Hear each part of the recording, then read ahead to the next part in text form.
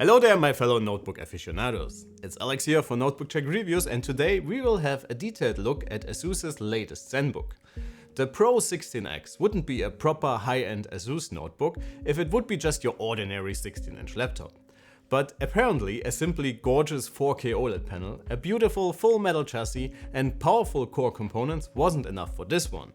But Asus took their engineering wizardry from the dual-screen Zephyrus to equip the 16X with a unique cooling solution.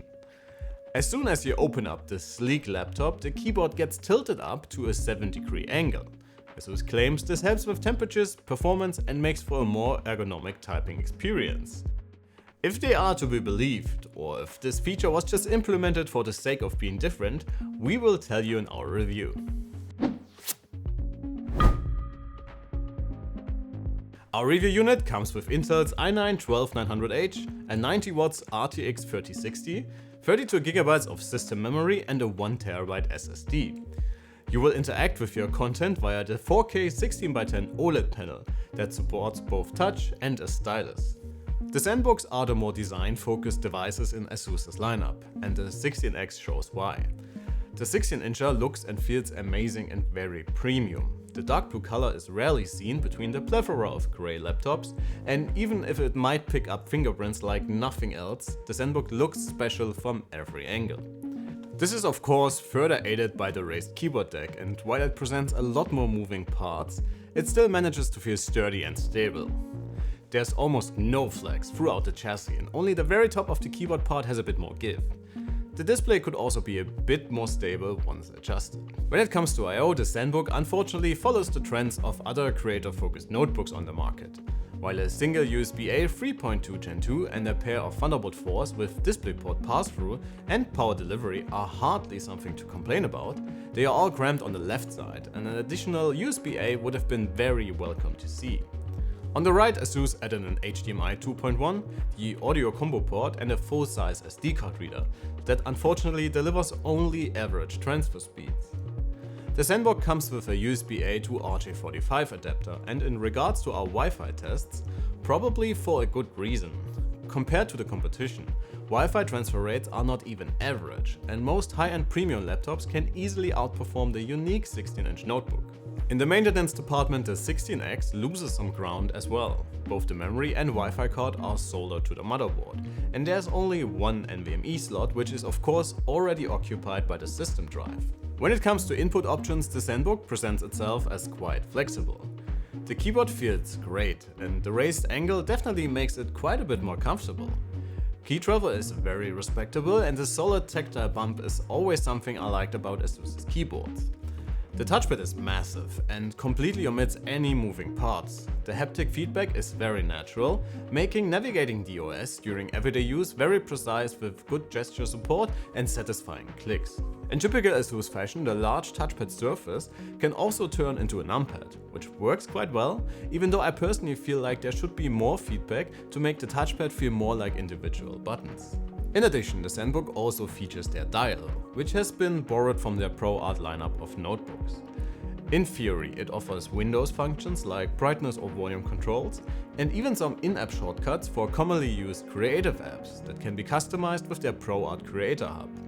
While it works pretty well for all of these use cases, just using your standard shortcuts is usually faster and more precise.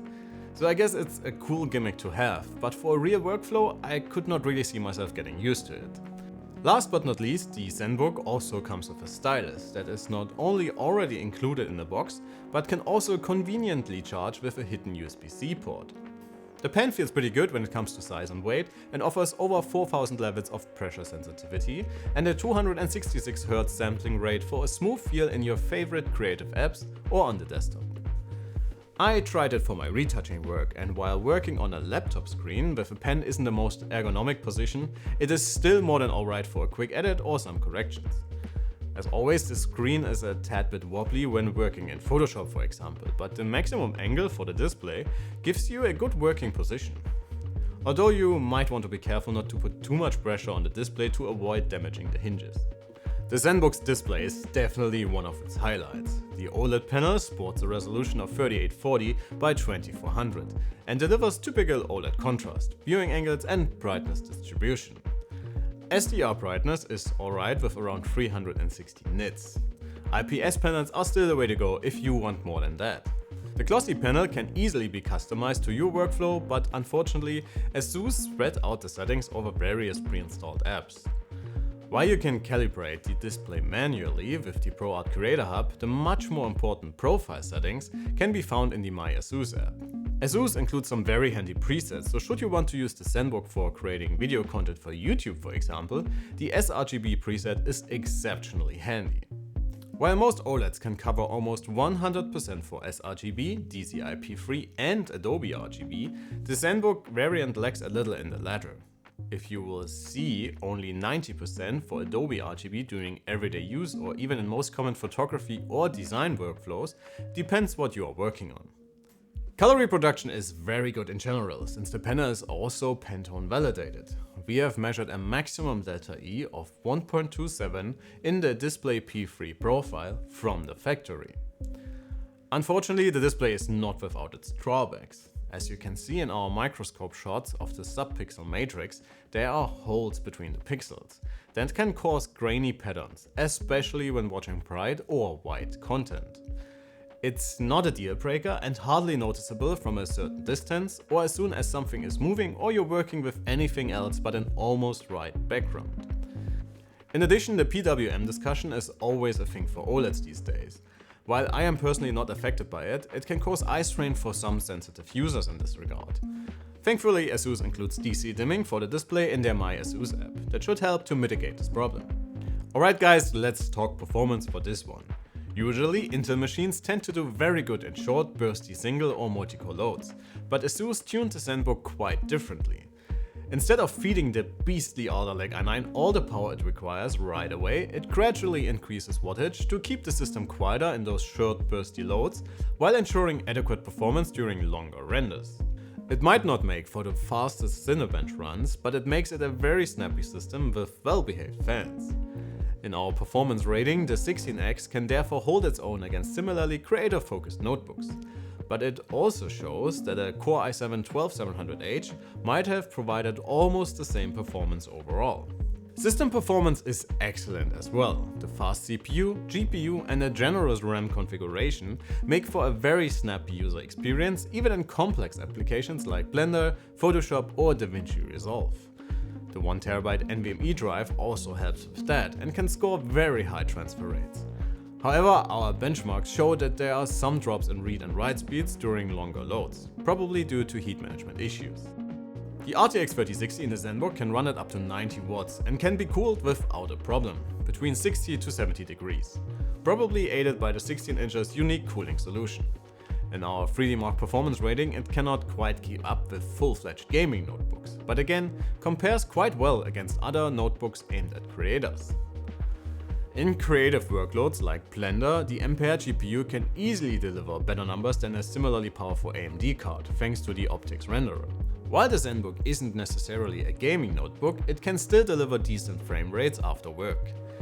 You should not expect to play the latest games in a native 4K resolution and above 60 FPS, but the RTX 3060 is a good match for QHD and Full HD. Since the panel tops out at 60Hz, it also isn't a perfect Call of Duty or Fortnite machine, but eye-candy story games are indeed a lot of fun on the Zenbook. Especially HDR titles do look amazing on the OLED screen. Fan noise is a bit of a mixed bag and also a little unpredictable at times. And for those of you expecting wonders from the unique cooling solution, well, you might be disappointed. While the Zenbook is not a particularly loud laptop, it also isn't particularly quiet. That being said, fan noise was never really bothersome for me, since the notebook stays mostly silent during light tasks and well behaved during heavy use or gaming. We took some noise samples for you so that you can get an idea yourself.